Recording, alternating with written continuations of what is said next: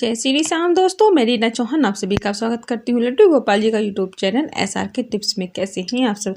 आशा करती हूँ कि आप बहुत अच्छे होंगे। तो देखिए दोस्तों, आज फिर एक नई प्यारी सी वीडियो के साथ जिसमें आज हम लड्डू गोपाल जी की बातें करेंगे।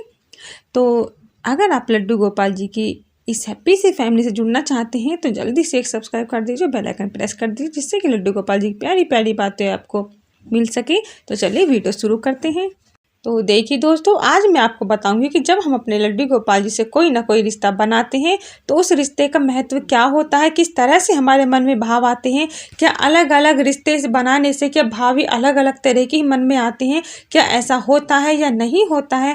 तो आज हम इसी टॉपिक पर बातें करेंगे। तो आप वीडियो में पूरे अंत तक बने रहें। वीडियो को पूरा सुनने से ही आपको पता चलेगा कि हमारी बातें का मतलब क्या होता है और क्या इन बातों का महत्व होता है, क्या इन बातों को सुनने से बताने से आपका और हमारे जीवन में कोई बदलाव, आपके और हमारे जीवन में कोई बदलाव आता है या नहीं आता है, कैसे हम अपने मन में भाव को लाएं, क्या है इन भावों का मतलब। तो आज हम कुछ इस टॉपिक पर ही बातें करेंगे, तो आप ध्यान से ज़रूर सुनिए।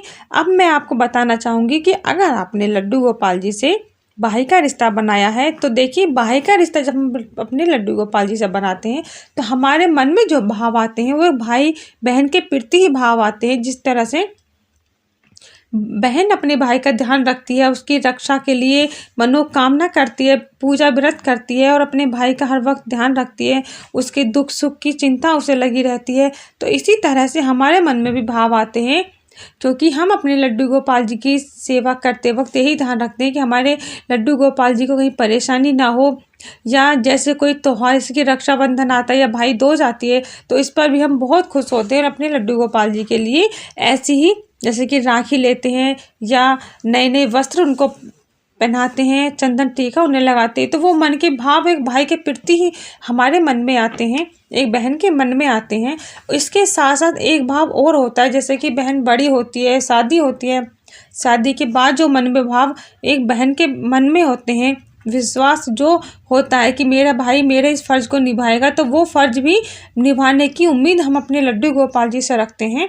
तो ये कहीं ना कहीं हमारे लड्डू गोपाल जी भी हमारी इस भावनाओं को समझते हैं और हमारे लिए कुछ ऐसा कर ही देते हैं जो एक भाई अपनी बहन के लिए करता है।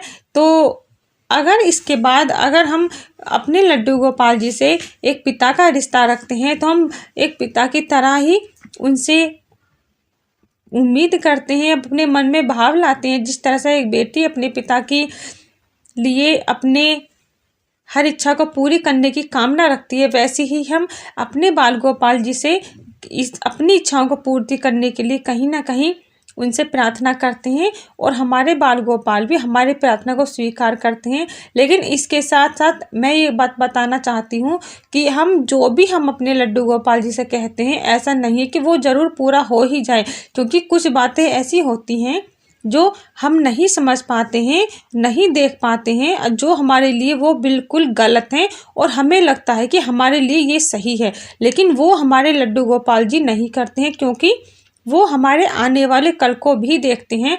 तो उन्हें पता चल जाता है कि जो हम उनसे मांग रहे हैं, जिस इच्छा की पूर्ति हम उनसे कर रहे हैं, वो सही है या नहीं सही है, वो हमारे बाल गोपाल जानते हैं।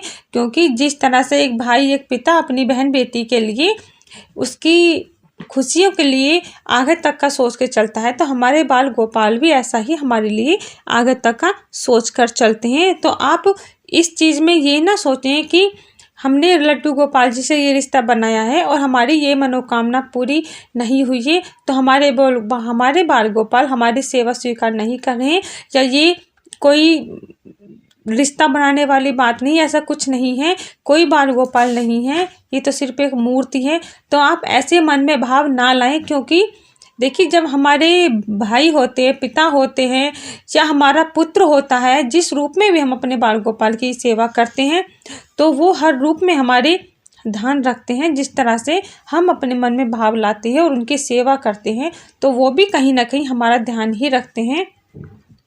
तो आप इस उम्मीद से सेवा बिल्कुल भी ना करें कि मैं पिता का रिश्ता बनाऊंगी, भाई का रिश्ता बनाऊंगी तो मेरी हर इच्छा पूरी कर देंगे, क्योंकि ऐसा नहीं होता है। क्योंकि हमारे आने वाले कल को वो बहुत अच्छी तरह से जानते हैं और समझते हैं कि हमारे लिए क्या सही है और क्या गलत है। ठीक है, तो इस बात को भी आप ध्यान में जरूर रखें। अब बात करते हैं, जब हम पुत्र का रिश्ता अपने बाल गोपाल जी से बनाते हैं तो हमारे मन में भाव कैसे आए या किस तरह से आने चाहिए। देखिए, एक माँ जो होती है, माँ का जो भाव होता है, स्वभाव होता है, पुत्र के प्रति डांटने का भी होता है, प्यार करने का भी होता है, लाड़ करने का होता है, खवाने पिलाने का होता है, सजाने का होता है, उसे अपने साथ साथ ले जाने का, घुमाने का भी होता है। क्योंकि कोई भी माँ हो अपने बच्चे को एक पल के लिए भी अपने से दूर नहीं करती है, और छोटा बच्चा जब होता है तब तो बिल्कुल भी नहीं अलग करती है। थोड़े बड़े होते हैं तो थोड़ा बहुत ध्यान इधर उधर हटाते हैं, क्योंकि जब बच्चे बड़े हो जाते हैं तो बाहर भी जाना होता है माता पिता को, तो बच्चों को घर छोड़ जाते हैं। लेकिन अगर बाल रूप में जब हमारे बच्चे होते हैं तो हम अपने बच्चों को ना तो घर पर अकेला छोड़ सकते हैं और ना हम बाहर जाते समय उन्हें अकेला छोड़ सकते हैं, अपने साथ ही लेकर चलते हैं। तो ये भी भाव मन में आते हैं, क्योंकि माँ अपने पुत्र को सजाती है, लाड़ करती है, खिलाती पिलाती है, तो ये सब भाव अलग अलग तरीके के मन में आते हैं। जिस तरह से हम अपने बाल गोपाल से रिश्ता बनाते हैं उसी तरीके से मन में भाव भी आते हैं। अब बात करते हैं कि अगर हमने अपने लड्डू गोपाल जी को घर का मालिक बनाया है, घर के मुखिया उनको बनाया है, घर के राजा हमने अपने ठाकुर जी को बनाया है, तो अब उनके प्रति हम मन में भाव कैसे लाए। देखिए, ये कुछ अलग हटके हो जाता है। पुत्र, पिता, भाई, ये सब जो रिश्ते होते हैं, या मित्र का रिश्ता बना लो, दोस्त का रिश्ता बना लो, ये सब एक मायने रखता है। लेकिन मालिक का रिश्ता अगर हम बनाते हैं और घर के नौकर हम हो जाते हैं, क्योंकि देखिए ये बात सत्य है कि जब घर में लड्डू गोपाल जी आते हैं, जब लड्डू गोपाल जी घर में आते हैं तो वो घर उनका ही हो जाता है। घर की हर एक चीज़ पर उनका हक होता है, यहाँ तक कि हम भी अपने बस में नहीं होते हैं, हमारा मन भी उनके बस में हो जाता है।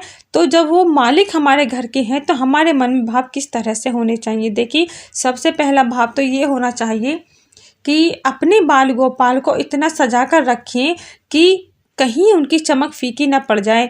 इतना अच्छा भोग उन्हें लगाएं कि नए नए सुगंधित फूल, फल, मेवे, मिष्ठान, तरह तरह की चीज़ों से उन्हें सुगंधित करिए, उन्हें खिला पिला के अच्छे से रखिए।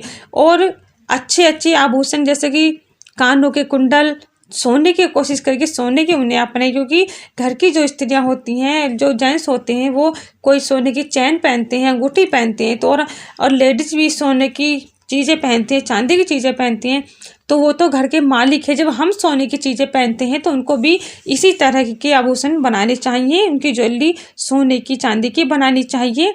तो ऐसा नहीं है कि हम सोने चांदी के पहने और उन्हें ऐसे ही मार्केट चला कर पहना दें, क्योंकि अगर आप घर के मालिक उन्हें बनाते हो तो उनका भाव भी मालिक जैसा ही रखिए।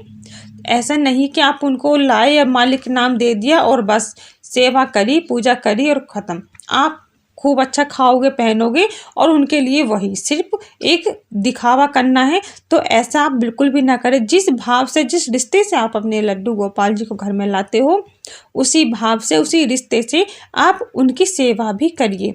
तो ये बात आप ध्यान में रखिए, क्योंकि लड्डू गोपाल जी की सेवा करने का महत्व, पुण्य हमें जब ही मिलता है तब हम उनकी सेवा नियम से अच्छे से करते हैं और भाव से करते हैं।